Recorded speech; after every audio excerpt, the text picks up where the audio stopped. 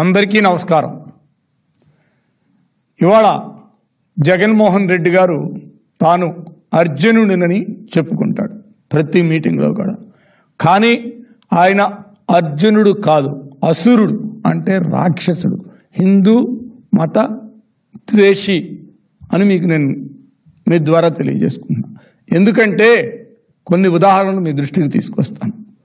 మొన్న రమణ దీక్షితుడు గారు టీటీడీలో కైంకర్యాలు సక్రమంగా జరగట్లేదు అని ఒక స్టేట్మెంట్ ఒకటి ఇచ్చారు, వీడియో ఇస్తే వెంటనే ఆయన మీద ఒక పోలీస్ కేసు పెట్టడం జరిగింది.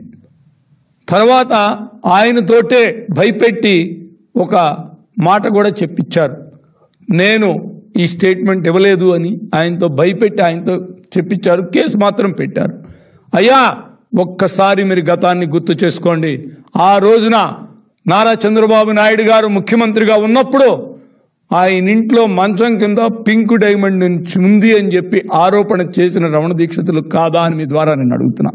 ఆ రోజున చంద్రబాబు నాయుడు గారు ఏ రోజు కూడా ఒక్క కేసు కూడా ఆయన మీద పెట్టలేదు.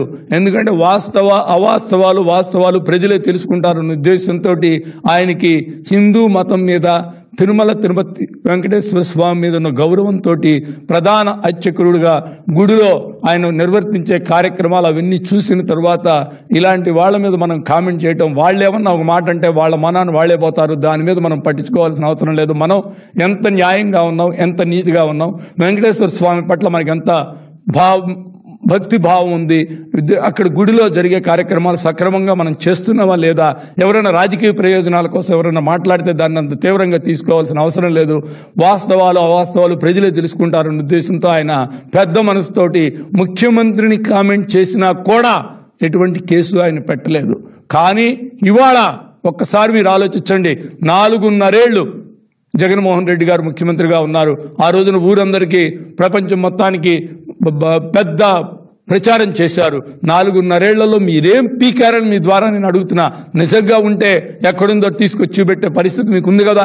అధికారం మీ చేతిలో ఉంది, అన్ని మీ చేతిలో ఉన్నాయి. లేని కేసుల్లోనే మీరు తీసుకెళ్లి జైలులోకి పంపించే పరిస్థితిలో ఉన్నారు. అందరినీ కూడా చివరికి నారా చంద్రబాబు నాయుడు గారిని కూడా 53 రోజులు రాజమండ్రిలో ఉంచినటువంటి పెద్ద మనుషులు. నిజంగానే అలాంటిది ఏదన్నా మా దగ్గర ఉంటే ఎందుకు మీరు బయట పెట్టలేకపోయారు? లేనిది ఉన్నట్టుగా చెప్పి ఎలక్షన్లో వాడుకోవటం అనేది మీ యొక్క పద్ధతిని ప్రజలందరూ కూడా గమనించారు.